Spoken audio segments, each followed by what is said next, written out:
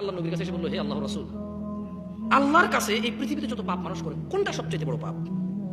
তখন রাসূল সাল্লাল্লাহু আলাইহি সাল্লাম বলেন, আল্লাহ তাআলার সাথে কাউকে শরীক করা। সবচেয়ে বড় পাপ কোনটা? সবচেয়ে বড় পাপ কোনটা?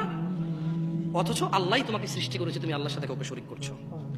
এরপর তিনি বলছেন, অতঃপর কি? ওই লোকটা বলল যে হে আল্লাহ রাসূল, শিরকের পরে বড় পাপটা কি?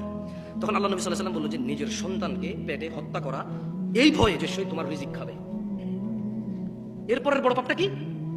সন্তানকে হত্যা করা, এই ভয়ে যে সে তোমার রিজিকে ভাগ নেবে। বুঝে আসছে না? আসে নাই? ভবিষ্যতে সে তোমার সঙ্গে খাওয়া দাওয়া করবে, কিভাবে পালবা, কি খাওয়াবা, এইরকম ভয়ে পেটে আসার পর বাচ্চাটাকে হত্যা করা হচ্ছে পৃথিবীর দ্বিতীয় বড় পাপ। মানে আল্লাহর সাথে শরীক করার সঙ্গে ওই লোক জৈনিক ব্যক্তি বলল যে আল্লাহ রাসূল, আল্লাহর সাথে শরীক করা বড় পাপ, এরপরে কি বড় পাপ? বললো যে বাচ্চাকে হত্যা করা, যে ভবিষ্যতে তোমার সঙ্গে খাবে। তখন লোকটি বলল, হে আল্লাহর রাসূল, এরপরে বড় পাপ কি? বললো যে তোমার প্রতিবেশীর সাথে জিনা করা। আপনি বুঝছেন, শিরকের মতো বড় পাপের পাশাপাশি এই জিনা পাপ আসছে প্রতিবেশী।